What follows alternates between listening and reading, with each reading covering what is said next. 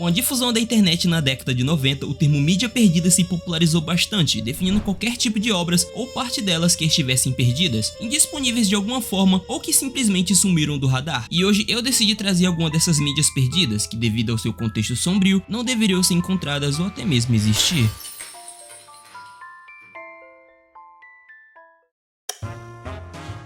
Terrifying 911, conhecido como Shocking 911, faz referência direta aos ataques de 11 de setembro, e ele é um jogo de Game Boy Color lançado em 2002, algum tempo após os ataques das Torres Gêmeas, e ele foi lançado pela empresa chinesa de jogos piratas Hi-Tech, em Taiwan, e mais tarde foi lançado pela editora chinesa Li Sheng, na China, com o nome de Base das Forças Espaciais 2. O jogo ele se trata de um port não licenciado do famoso Metal Slug 1, que foi lançado originalmente para o console Neo Geo, e entre as principais mudanças para o jogo original inclui o uso de um vídeo full motion com imagens reais das Torres Gêmeas sendo atacadas como introdução do jogo, e apertando o botão de iniciar nós somos brevemente contextualizados com a mensagem na tela, dizendo que uma gangue de terroristas havia sequestrado um avião e atingido as Torres Gêmeas, e após uma forte explosão que deixou bastante sequelas, o Pentágono, a fim de revidar, enviou os melhores soldados que foram treinados especialmente para atacar a base terrorista no Afeganistão, e depois disso um mapa é mostrado, e então uma das que seriam diversas cenas de conversa entre George W. Bush, o até então presidente dos Estados Unidos, e o terrorista mais conhecido de todos, Osama Bin Laden, é mostrada, com Bush dizendo que a América punirá Bin Laden pelo seu ataque, e com Bin Laden respondendo que ele não fez ataque nenhum,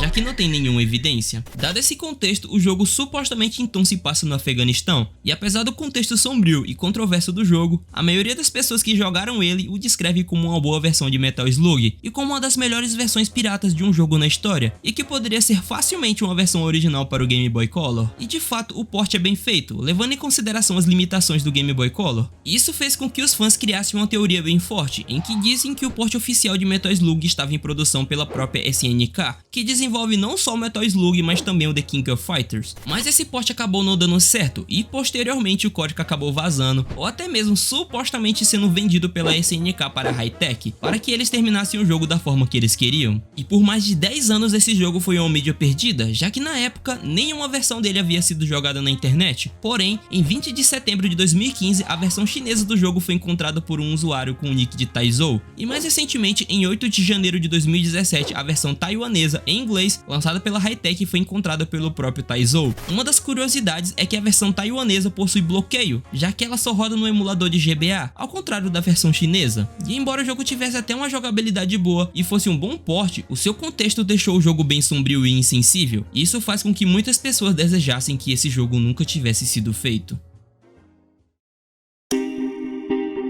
Otto Trin é um personagem infantil criado para o canal da Estônia EVTV, que mais tarde seria chamado de TV3, e esse programa foi criado por Venno Lusser e Henrik Masik, e que ficou no ar de 1993 até 1998. Otto se tratava de um dinossauro esquisito feito de lã, e que se dizia que veio da Midsommar-Land, e ele rapidamente caiu nas graças do público, se tornando um dos personagens infantis mais conhecidos na Estônia na década de 90, aparecendo em vários eventos onde ele distribuía doces e realizava concursos. E ele também teve duas fitas cassete e a sua própria marca de chocolate. Ele aparecia em outros produtos lácteos, além de que ele também tinha o seu próprio programa de rádio, que era exibido antes da hora de dormir, e em seu terceiro aniversário foi feita uma grande festa no Clube Hollywood, localizado em Tallinn, na Estônia, onde ele conseguiu atrair mais de 1.600 crianças, para você ver o nível de fama que o programa havia alcançado. E em 1995, o Lusser ainda levou o Otto para os Estados Unidos, a fim de popularizar mais ainda o personagem. Mas apesar do enorme sucesso, a exibição original do programa de TV em que Otto apareceu pela primeira vez permanece completamente perdida, tirando apenas algumas filmagens que ressurgiram, e isso se deve ao fato de que a TV3 não era um canal aberto, e sim privado, e também não surgiu nenhum veículo em que eles preservaram o conteúdo de Otto. E isso é um pouco estranho, considerando que o programa ficou no ar por 5 anos, ou seja, é muito conteúdo perdido, e ninguém sabe da existência sequer de um VHS conhecido do programa, mas também certos eventos peculiares em torno da produção do programa pode ter levado a esse limbo de escuridão após anos da exibição original. O produtor do programa, Tonio Pavo, se envolveu em um acidente de carro em 1997 e infelizmente acabou matando 2 pessoas, e o seu julgamento começou coincidentemente em 1998, e eu tenho quase certeza de que foi por esse motivo por qual o programa foi discretamente interrompido. Além de que um dos criadores do programa, o Venno Lusser, que trabalhava como animador e gerente de eventos infantis, foi acusado de abuso infantil em 2019, e em dezembro de 2021 ele foi considerado culpado, onde além do abuso encontraram conteúdo conteúdo CP e um fuzil não licenciado. E devido a esse contexto sombrio e nojento, o programa, que tinha um bom intuito, se tornou uma mídia desconfortável de se ver. E não se sabe ao certo quantos episódios do programa foram produzidos, ou como ele exatamente era apresentado,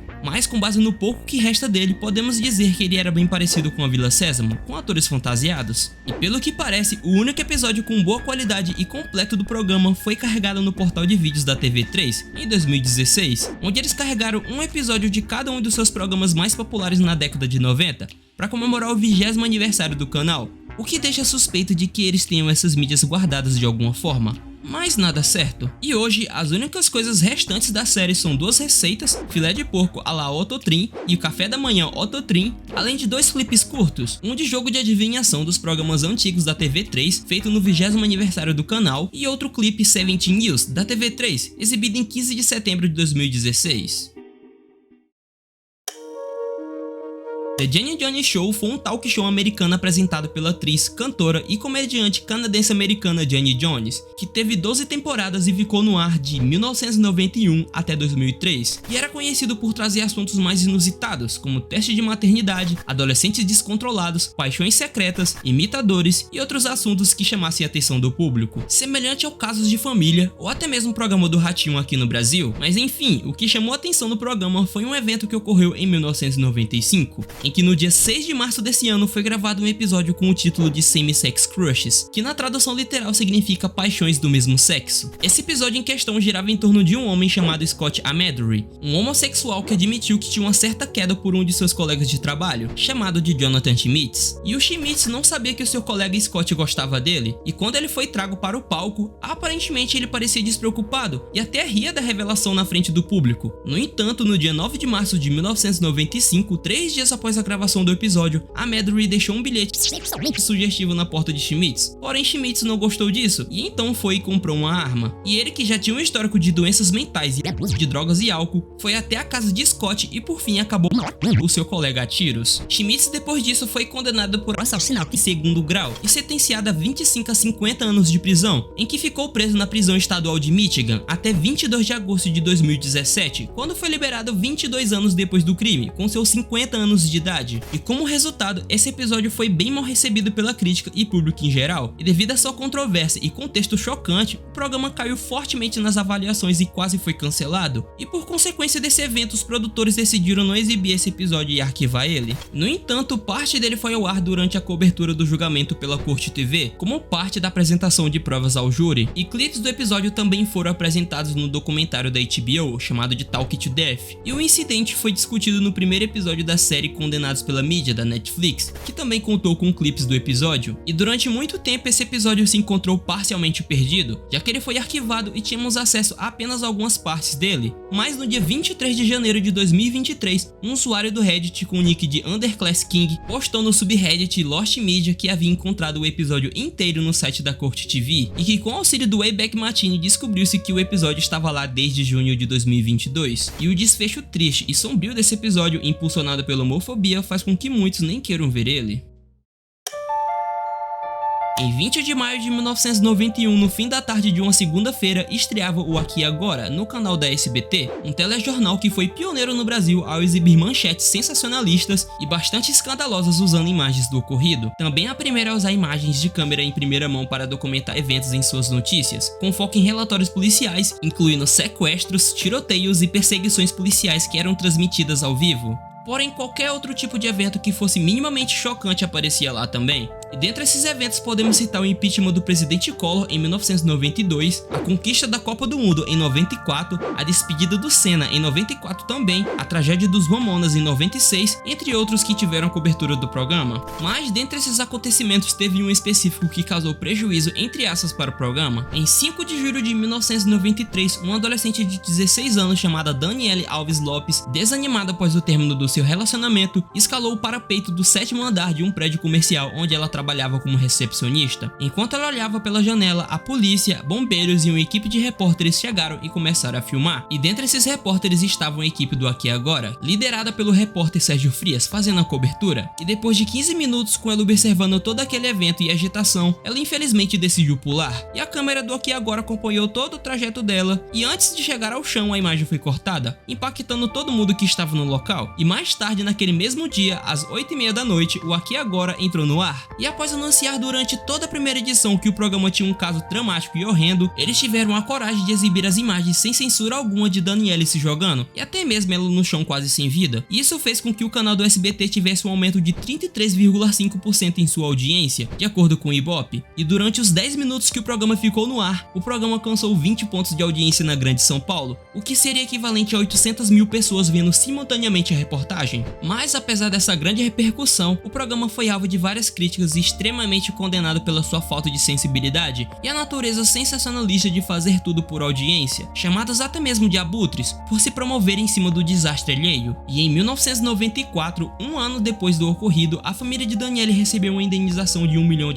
por danos morais do SBT, fato esse que é triste, já que o impacto causado à família é muito maior que qualquer dinheiro que o SBT desse. Mas o fato é que essa reportagem inteira hoje em dia se encontra perdida, estando disponível apenas alguns trechos que aparecem em outras reportagens sobre a postura do SBT. O programa ficou no ar por mais 4 anos, onde ele passou por diversas mudanças, mas veio ser cancelado em 1997. Posteriormente até quiseram fazer uma nova versão do programa, mas não deu certo. E toda essa natureza triste do caso de Danielle faz com que essa mídia se tornasse indesejável por grande parte das pessoas que se sensibilizam pelo caso da jovem, que desejam que essa mídia nunca apareça. NEDM é a sigla para Not Even Doom Music, que significa basicamente nem mesmo a música de Doom, que para vocês entenderem o porquê dele estar aqui, eu preciso dar o contexto para vocês. Em julho de 2005, um vídeo de um gato sendo queimado ao vivo foi carregado no site do fórum Ogres.org, um site que só possuía conteúdo violento em gerais e gore de todo jeito que você pensar. Mas enfim, esse vídeo acabou provocando fortes reações tanto em outros usuários do fórum quanto nos administradores, que fez com que esse vídeo fosse apagado. E após uma investigação oficial conduzida pelo site, o adolescente belga que enviou o vídeo acabou sendo preso e o homem que realmente cometeu o crime acabou se entregando. Pouco tempo depois, em 2007, um site foi criado no YTMND, que é uma comunidade virtual que hospeda páginas web que se caracterizam por ter apenas uma imagem ou slides postos, que poderiam ter alguns efeitos de zoom e música de fundo, e que é basicamente focado em fazer memes. E nesse site em específico, usaram o vídeo do gato como base e com a música E1M1 at Doom Gates, do jogo Doom, como música de fundo e com o título de Zippo Cat.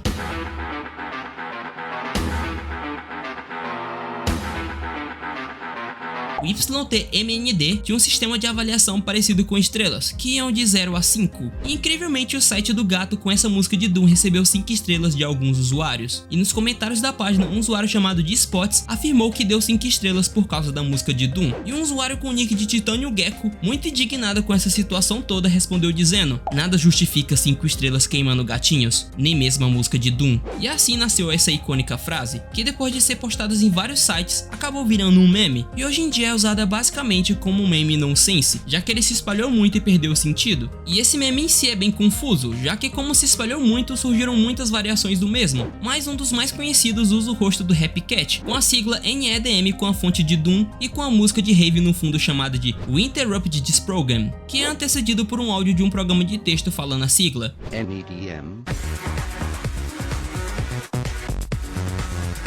Mas enfim, como o vídeo do gato foi deletado e a origem dele é bem antiga, por um tempo ele se tornou impossível de ser encontrado na internet, até que em 2022 um usuário desconhecido de alguma forma encontrou o vídeo, mas felizmente ele decidiu manter o vídeo privado, já que ninguém deseja ver um vídeo de gore com um pobre gatinho. E se você deseja ver esse tipo de coisa, procure ajuda. Sério, procura ajuda, porque tu não tá bem não. Mas enfim pessoal, esse foi o vídeo de hoje. Muito obrigado a vocês que viram o vídeo até aqui, vocês são só da limonada e eu espero que tenham gostado desse tipo de vídeo. Não se esqueça de deixar o like e inscrição no canal caso tu tenha gostado do vídeo, e se tu tiver alguma sugestão de vídeo deixa aí nos comentários. Muito obrigado mais uma vez e bye bye.